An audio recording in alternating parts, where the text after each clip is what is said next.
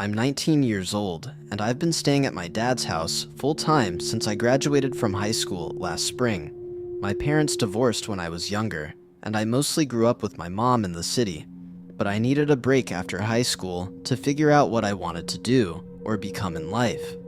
My dad offered to let me stay with him for a while, and honestly, I thought the quiet would be nice, but little did I know I was wrong.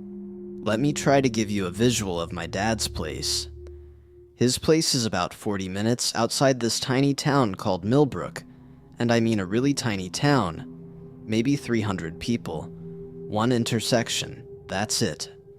We're literally the only house on our road. It just ends at our driveway. He bought the place 3 years ago, and I had only visited a handful of times before moving in. The first strange thing happened, literally the day we were moving my stuff in.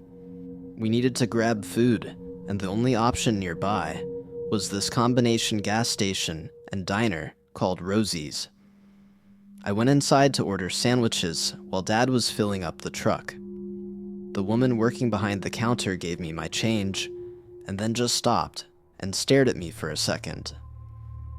And then she asked if we were staying out on County Road 7. I was literally caught off guard and confused too, because how would she even know that about me? When I asked her how she knew, she just said she used to live in our house and told me her son had died there. She explained that when he was really sick toward the end, she would leave little messages around the house for him, telling him she loved him and stuff like that. She said she found him in the barn one morning and couldn't stay after that. I didn't really know what to say to her, so I just told her I was sorry and took the food. I told my dad about it in the truck, and we decided to check the barn when we got back. Sure enough, we found something carved into one of the wooden beams above the old workbench. It said, M plus Tommy, always. The letters looked old and were carved pretty deep. My dad took a picture thinking maybe we would show her next time we went into town, but we never saw her again. We did go back to Rosie's 3 or 4 more times over the next month, and she was never working. I finally asked about her, and the guy there said he has been the only employee his company has had here for 5 years now. That was really weird considering the fact that a different employee had sold food to me months ago at this exact place, but I tried not to think about it too much. We just left the diner and went back home. Here's the thing though. The inside of the house doesn't bother me at all. Actually, it's the opposite of what anyone would expect. Like, even when I'm alone, I never really feel alone. And I don't mean that in a scary way either. It's more like there is someone just in the next room or something. More like a presence that is watching over the place. My dad says he feels it too. We have even jokingly started calling it Tommy, even though we don't actually think it's that kid. It's honestly comforting. I don't mean it in a rude way though, but outside is completely different. Outside feels totally wrong. It started with just this uncomfortable feeling whenever I had to go outside after dark, like taking out the trash, letting the dog out, whatever. I would get this overwhelming sense that something was watching me. It wasn't like from one single direction either. It was more like from everywhere. The feeling would follow me back inside too, especially near these 2 windows in the living room that face the driveway. We don't have curtains on those windows, and I kept meaning to get some, but I never did. About 3 months ago I learned why that was a mistake. My dad works night shift at a distribution center. His shit started 6 at night until 6 in the morning, 4 nights a week. So I'm alone a lot, and it's usually fine. Our dog Sadie is good company, and she is normally really calm. She is a cattle dog mix, and she doesn't get worked up about much except the mailman. That Tuesday night around 10:30, she completely lost it.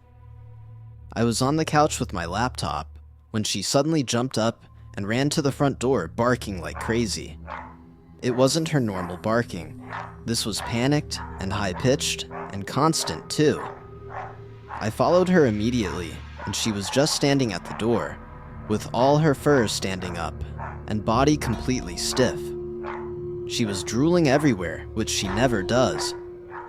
Then I heard knocking on the door. 3 slow knocks, and then a pause, then 3 more. I tried to call Sadie away from the door, but she wouldn't budge. The knocking stopped. I was just standing there in the hallway, not sure what to do, when I heard my dad's voice outside, saying he had forgotten his keys, and asking me to let him in because it was freezing. My stomach just straight up dropped. Dad doesn't get off work until 6 in the morning, and he has never called me kiddo in his life. He thinks it sounds patronizing. The voice kept insisting I open up and asking what I was doing in there. It sounded exactly like him. Every detail of his voice was just perfect. If I hadn't known for a fact that he was at work 40 minutes away, I would have opened the door without thinking twice. I grabbed Sadie by the collar and dragged her down the hall to my bedroom. She was still going crazy. I got us both inside, shut the door, and shoved my desk chair under the handle. I turned on all my lights and put the music on as loud as I could. The knocking kept going for maybe 20 minutes, and the voice also kept talking too, sometimes sounding like my dad, sometimes like me, and once in a voice I didn't recognize at all. When it finally stopped, I didn't move a muscle. I just sat on my bed with Sadie until the sun came up. Dad got home a little after 6, and I was waiting by the door. I told him everything, and he didn't even seem surprised. He said he'd been hearing things outside for weeks, but didn't want to freak me out. We called my aunt, who's really into crystals and spiritual stuff. She sent us black tourmaline for the 4 corners of the property and selenite to put above all the doors. She said it wouldn't stop whatever it was, but it would keep it outside. We put everything out that same day. That was 3 months ago. But up until this day, I still hear somethings after dark, like scratching on the siding, footsteps on the gravel, voices that sound almost right but not quite. Last week something knocked in that shave and a haircut pattern. I didn't knock back. Whatever it is, it really wants to get inside. But I think Tommy or whatever is in here with us is helping keep it out. At least I hope so. I don't know what we would do if it ever got in. Has anyone else experienced something like this? I've tried looking it up, but I'm not even sure what to search for.